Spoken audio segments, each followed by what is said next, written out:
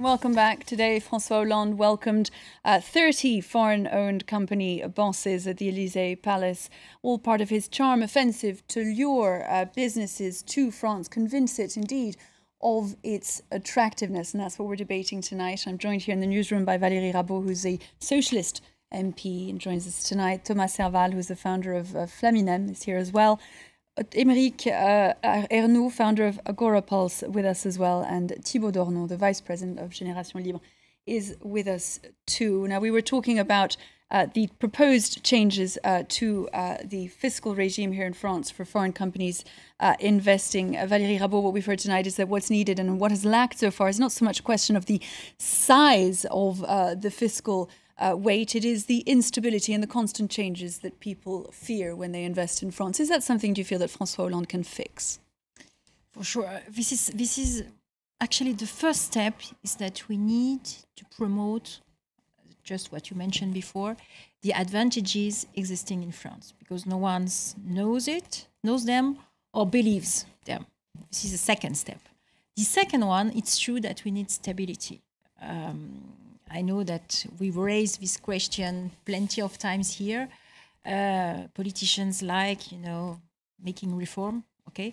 But we need to give a clear direction to companies, and I think this is crucial, and I think this is part of what has been announced this morning by François Hollande. So it's true that, but we need to have the two legs together to be sure that everyone understands and is very clear on what is the framework in France, the taxation framework, which is not the case today, if I may mention. So more stability ahead. I want to put to you something that one businessman said on our channel earlier today, that there were three figures in the French economy: 75, 60 and 35. 75 being the taxation rate for people who earn more than $1 million, 60 being the retirement age, 35 being the working week. All figures that needed fixing if François Hollande was going to convince people to come back to France. I don't know what a 35-hour work week is. Can you help me? No, I've never had one, and I think no one I know of have never had one. Well, for people investing in France and taking on French force, they will have to deal with these sorts of constraints. Not for the bosses, but for the people for all the people who work for them, usually who are, the top management of these companies. Which is an added difficulty when you're thinking of setting up a company. It's definitely perceived as a very big difficulty, and the problem is when you are, and we mentioned earlier, being fast companies moving very fast, especially in the high-tech industry. I mean, there is no other choice than working a lot, and probably a lot more than 35, and there is no other choice than making a lot of efforts and sacrifices. And of course, this very rigid set of rules does not allow that kind of flexibility and fast pace. And the thing is, most of the people working for these companies are super happy to work a little bit more and to be more involved and to have more interesting jobs and tasks, and they don't really care about working less, they care about working better. I mean, having a better job and doing something they enjoy and they like doing. So I know it's, our situation is quite specific because we're in a high-tech industry, we're in the web, it's fun, it's sexy and everything, and not everyone has a job like this. But when you look at these rules, you see that they try to apply to everyone the same, and it doesn't work very well because we don't need the same set of rules. We can't be set in that box, all of us. We have different needs. And we've been talking about it precisely in the context of François Hollande's visit, which you witnessed last week in California, because he was speaking to the tech companies, this motor of the American economy. And I've seen several figures, 50,000 to 80,000 French people who live in the Bay Area were to be lured back to France, it would take substantial reforms on all those questions: taxes, regulations. The amount of changes are formidable when you consider them to create the right sort of business environment that those kind of people who went out west to make their mark would choose to come back to France.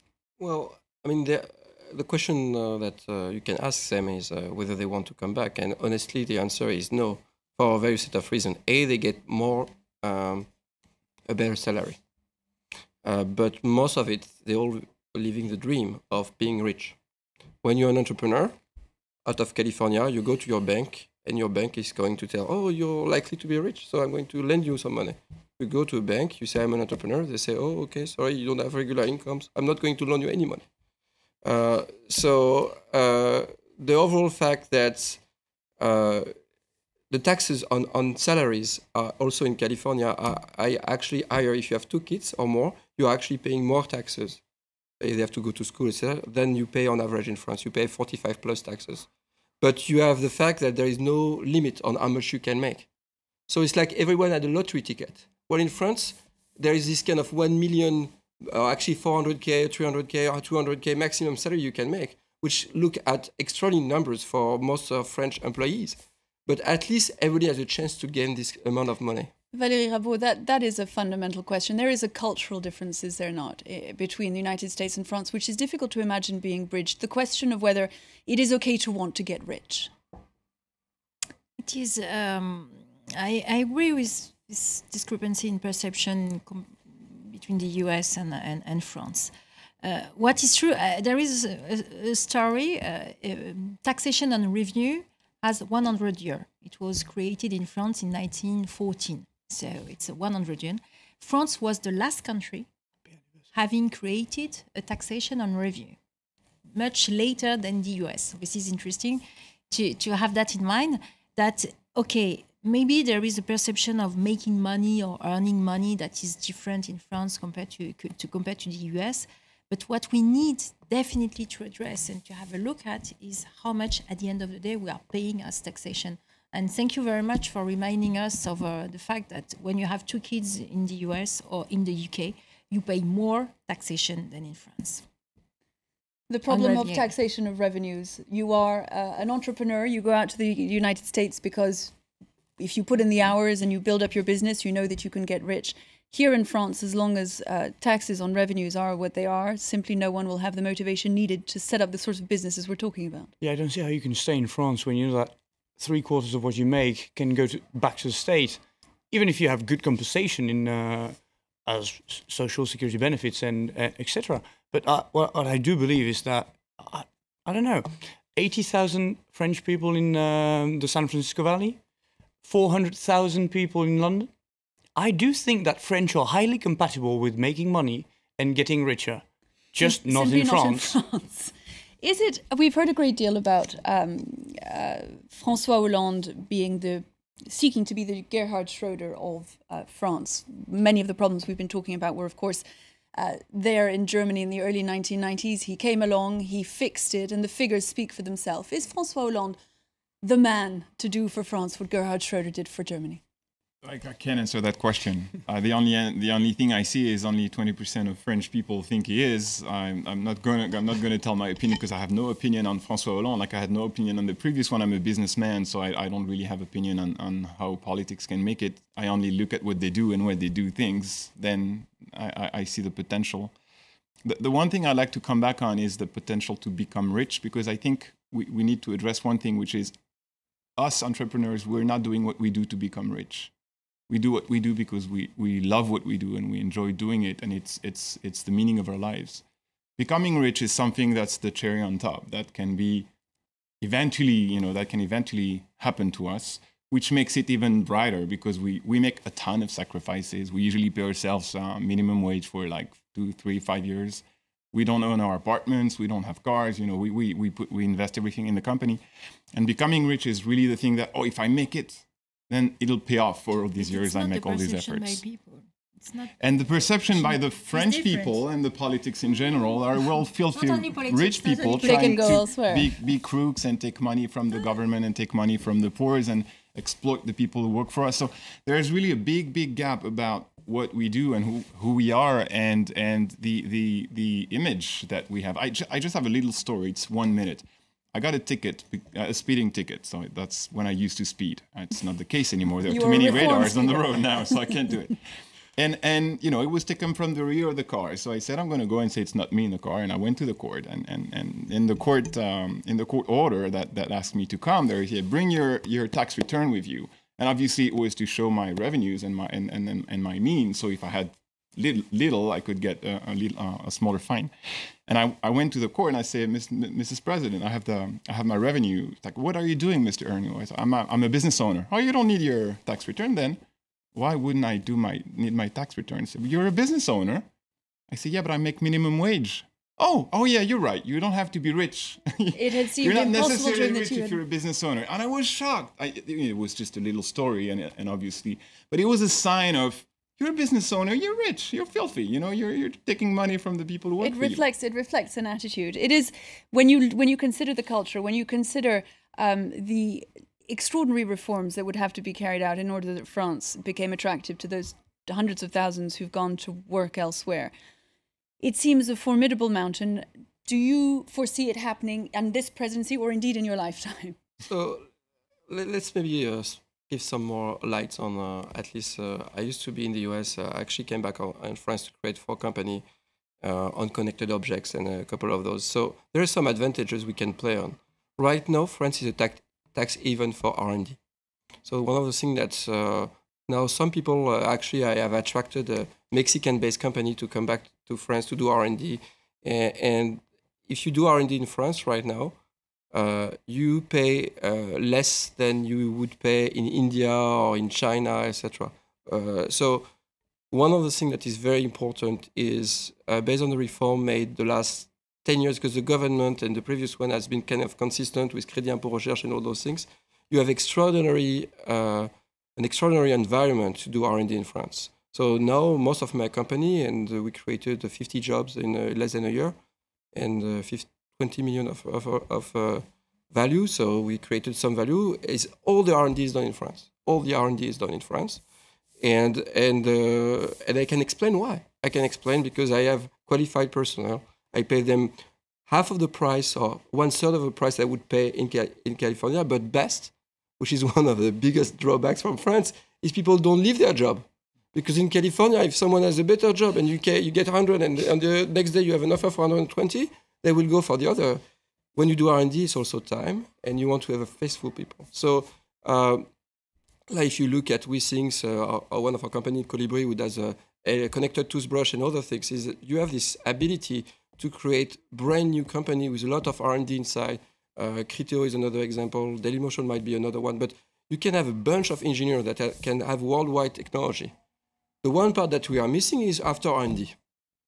And if there is something to be built in a generation, is the generation that take the R&D and make them into product and market them as such. And that our system, our education system, the way the media are organized, if you do the same thing in Israel, once your innovation comes out of R&D, all the California knows about it. And why I move most of my marketing people in California is when I launched my toothbrush, I did it in Las Vegas and everybody knows about it.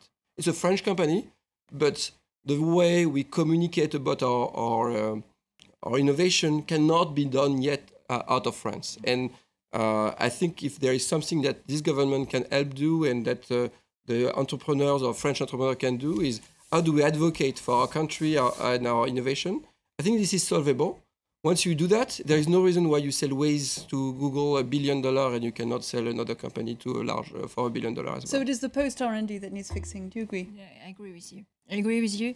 Last year, we voted an extension of this famous Crédit d'Impôt Recherche to have it extended to innovation. So the next step following the R&D, we need to probably drop a little bit this is the next step. So things are changing, improvements are being made within the French economy, and it is then on the right track. Do you believe that's the case? Well, I hope so. I do hope so. I don't know. I think there's a huge potential to tap into. We have a highly skilled workforce, especially when it comes to technology, good engineers, a very good elite school system, but they're all fleeing out to other locations. So I think we have to, and we talked about that before the show, we need to first talk to the French entrepreneurs, make them stay, and then we'll talk to the foreign investors and make them come. But first, we need to address that first issue, is that why are they going abroad? And I believe that we have to make France cool again. We have to make being an entrepreneur cool again. Let's look at Shoreditch in London. Everyone's cool, everyone's in high tech, but it's the same jobs we're doing here, and these two guys are doing here. Listening to you, it sounds like it really is then a question of perception rather than fact. It isn't the taxes are not too high, the regulations are not too tight, the red tape is not too important. It is more how it's sold. with all the taxes, and we can live with all the drawbacks and all the problems. If it's cool to be an entrepreneur in France, I'll do it again. So it's a question of the perception of the French, then? It's a perception, yeah, of the French mainly, and obviously it is perceived the same in abroad. I mean, I think the perception we have about ourselves transpires to foreign countries and to the way we're perceived abroad. Well, I think there is one thing that we need to make sure that making money is okay. Until we don't let the general public and the government say the same thing that Napoleon III said, and even the Chinese president has said, enrichissez-vous, get rich. And that's the secret for growth, that's the secret for more revenue, etc. Until we fix this fundamental bias, we have a problem. We have a cultural problem. We are full of contradiction. So we lie to ourselves and we lie to the rest of the world. And in a competitive world, when you are not consistent, people don't believe in what you say, and then they go away. Part of the problem is this cultural issue that seems to come back over and over again. Even when you put aside the actual structural reforms that would be needed within the French economy, the question of the way the rich are seen, the way businessmen are seen, the way entrepreneurs are seen, the fact that the government often is seen as slightly removed from the business world, as unwilling to go and seek advice from business leaders who might tell it what was needed, a sort of suspicion that is natural to French politicians about the business world. Mm-hmm. It's true. I don't know. I did not make the comparison with the US or the UK. It's true that in French Parliament, we are only 11% of people having worked in companies before or in businesses, not as an entrepreneur like normal people, if I may. So it's a very low. I think it's a pity to have it such a low representation of people having worked before they've been elected. So maybe this might be part of the explanation. It's not the only one, but it might be a part. The second one, we have big companies in France. Most of them are in the top 3 in the worldwide, construction, etc. What we need to address is for the small business and to give, this is my perception, to give a strong, I think, message to the SME in France. To do so, the question is not to make CAC 40 or CAC 40 bashing. It's not the question. It's just to say that small business needs to have the same condition as the big one. And today it's not the case. It's not the case to get financing. It's not the case on taxation. It's not the case even on the way on social, the way it is organized. It's not the case on access to public market, etc., etc., etc. And at the end of the day, when you had all these, I think, inequalities, the amount is big. It is so we need to. I think the next step is to say to SME, we will lower all of these difficulties. It is one of the problems that one hears again and again. It's possible to create a company in France. It's very much harder to make it grow big, and it is a problem of financing. Well, partly. There's the rule that the 7-year threshold that apparently we struggle with in France. So I helped create something called Pacte PME, which is the beginning of a small business administration. So we didn't mention this in the US, but I had, with my former company, I had a business with Sprint Nextel, which is one of the larger carriers, because I was a small company funded by a minority French. Imagine you can get a contract with La Poste because you are a SMB, like a 100 million contract because you are a small business funded by a second-generation immigrant. That's how the American system works, is because they want to let small business grow. The only way to grow small businesses is to give them large orders. The way the financial system and actually the purchasing system exists in large corporations, especially the French large one, is like, if you are small, you cannot get a big contract. Even state, there is a 2% rule that has been put into the law that says 2% of public spending should be spent on innovation coming from small and medium-sized businesses. At the moment, no public purchaser knows how to make this rule into act, turn this rule into acts. So there is a very simple rule. It's like if we just divert 2% of our spending, is 200 billion euros for the public sector to small businesses, then you create the growth you need. And we are not doing it. We have been struggling with this because the last 30 years, France has negotiated on behalf of big corporations. And for the historical part of it, is we had a trade-off during the WTO negotiation. We prefer to protect our agriculture while the American and Japanese have their small business administration. It goes back then to this question of culture and of not protecting then the entrepreneur. And also, I think it goes back to the red tape question. Because when you're not able, because you don't have a lawyer to answer the public tenders and to go through all the different steps of a public contract, well, you can't get it. And I think it's too complicated for small businesses to get a contract with the administration. There are a number of things that can easily be done then. François Hollande has declared his determination to do them. But these are reforms that will take a great deal of courage and determination over the rest of his time in office. He seems only now to be paying attention to them. In fact, the beginning of his time in office has been marked by a spectacular lack of movement in that direction. Why is that so? I don't agree with you. When I remember in June 2012, so it was less than 1 month after he has been elected, there was a summit in Europe, and he insisted on the need to have investment made in the European countries.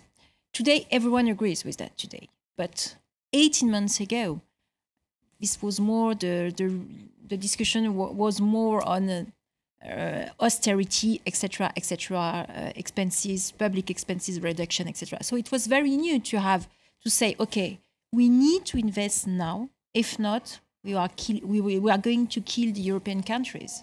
So he was the first one to have raised this issue, and it was in June 2012. So he did not maybe mention SMEs, etc. But what he raised is the need to have investment made in Europe. So he raised it early on. Do you, other three, feel that he did enough so far? Has he done what he might have to help you? I think first thing could be as a signal to the business world.